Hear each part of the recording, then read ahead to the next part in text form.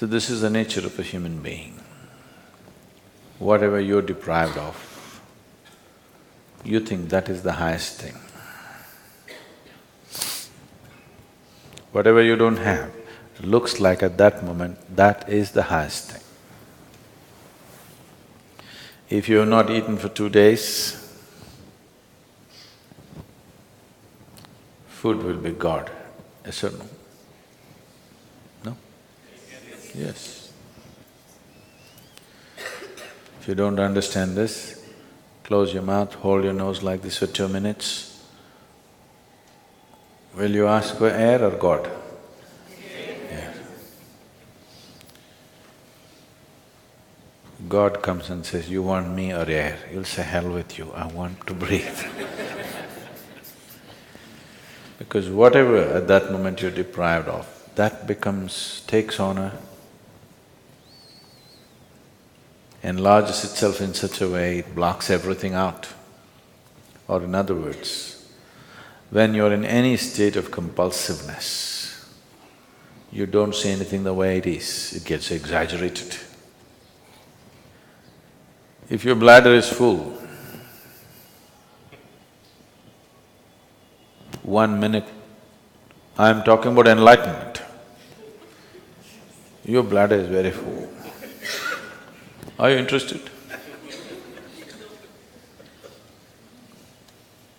I don't want any enlightenment. Right now, going to the bathroom feels like ultimate liberation. Yes or no? So just about anything, when you're in a state of compulsiveness, you don't see anything the way it is. Life will get distorted to make you think that that is it at that moment. So like this, human life passes from one compulsive state to another, never allowing yourself that little bit of space where you could see things the way they are. If you do not even see life the way it is, can you handle it the way it needs to be handled? It doesn't arise, isn't it? If you don't see things the way they are, you can never handle it the way it needs to be handled. Because of this, in many ways, individual human lives and whole societies have become distorted humanity.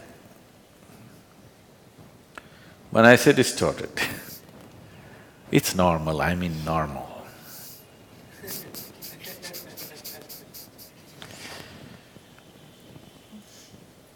I was talking to a 14, 15-year-old kids in a school, and I couldn't believe that I was talking to about 11, 12 of them, young boys and girls.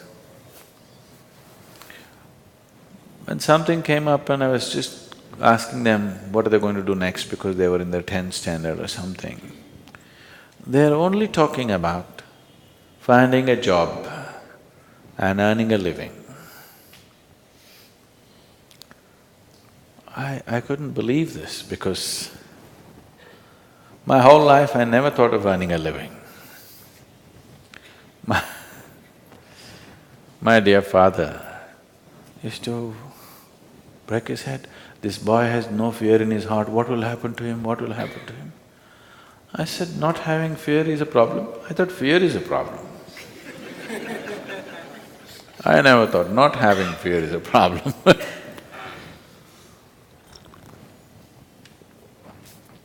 So, according to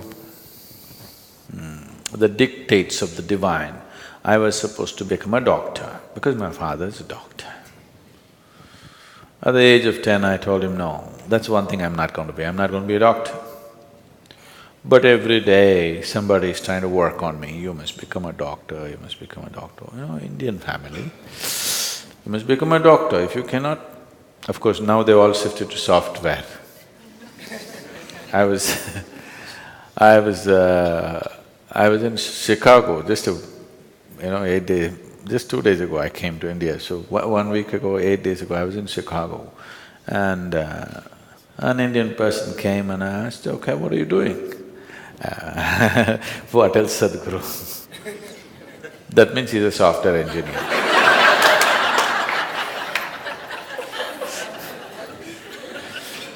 There was a time if you said what else, you were a doctor. Now if you say what else, it means you're a software engineer. It is not because they're phenomenally interested in human physiology they became doctors, not because have an electronic this thing they became a software engineer, just to earn a living. Is it not important? I'm not saying it's not important, all I'm saying is, even an ant, which has 1/1,000,000th of your brain, is capable of earning a living. What's your problem with such a big brain?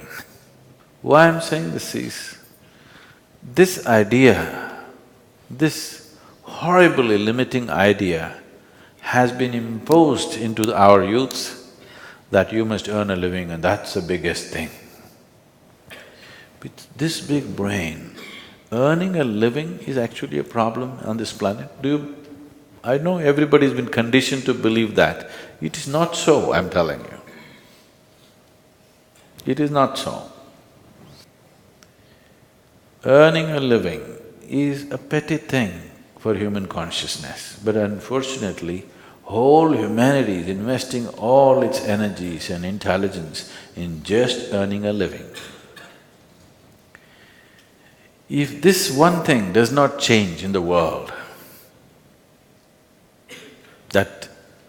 I'm not saying one should not, all I'm saying is, it need not occupy the entirety of human consciousness to earn a living. If you put one little finger to work, it'll earn a living. It's capable, this is capable of that. All human genius has been smothered to death simply because everybody is thinking how to earn a living, how to earn a living, The moment they can earn a living, they will sit down and become fat.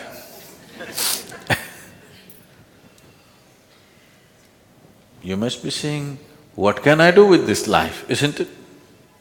Yes? You must be saying, what is the greatest thing I can do with this life? Because one day you'll fall dead, do you know? Do you know you'll fall dead one day? So before you die, whatever is the peak possibility for this life should happen, isn't it? I earn my living, I earn my living. This is a big pride.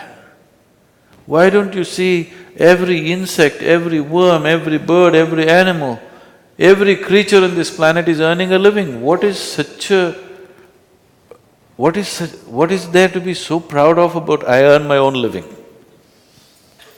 Everybody's earning their own living, isn't it? Only human beings are making a big issue out of it. Too big a issue. When I look at it, how human intelligence has been sacrificed at the altar of earning a living is unbelievable. How many things human beings could have done, how many incredible things they could have done, but instead of that, they're earning a living.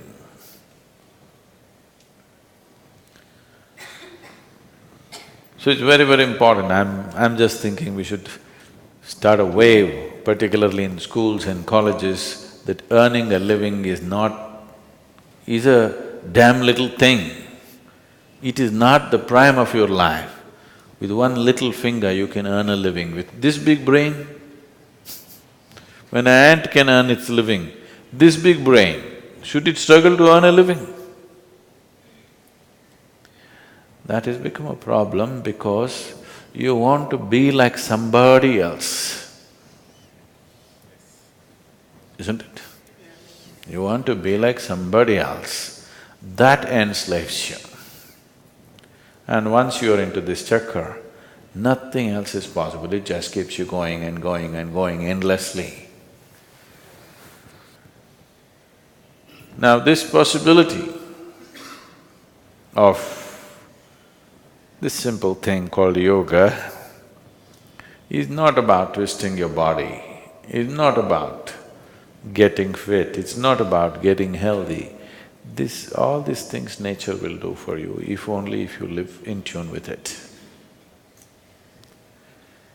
This is about understanding the geometry of the cosmos through the geometry of your own system. I'm calling this a geometry because cosmos is a geometry, isn't it? Planet Earth is going around the sun. What is it? A diesel powered? You think a big diesel engine is pushing it? If it was, the roar of that engine would have killed us. Just the perfection of geometry, it just keeps going and going and going, isn't it? You've seen those perpetual machines? Have you seen those little ones? If you just do it like this, for years on end it's going. So this is just that, it's a perfection of geometry which keeps it going and going and going. The whole universe is geometrically perfect, that's why it stays there, otherwise it wouldn't. And if you learn to hold your body in a certain way, if the geometry of your body is in alignment with the geometry of the rest of the creation, suddenly you will find there is a rapport which will allow you can download the whole cosmos into this one. This is not a tiny little…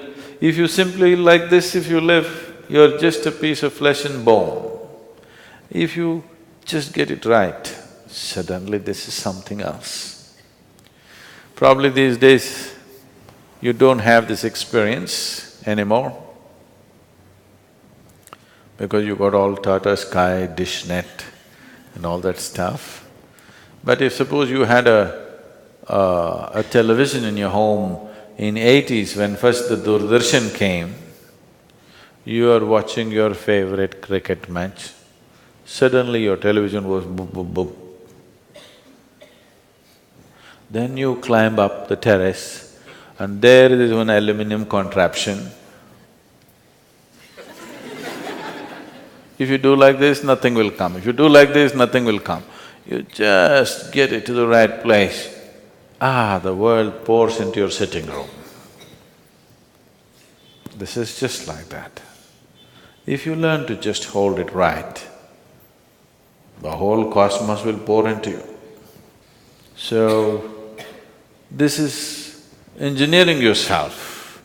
It does not mean engineering yourself to breathe little better, to be little more healthy, no. This is about realizing the full potential of what it means to be human.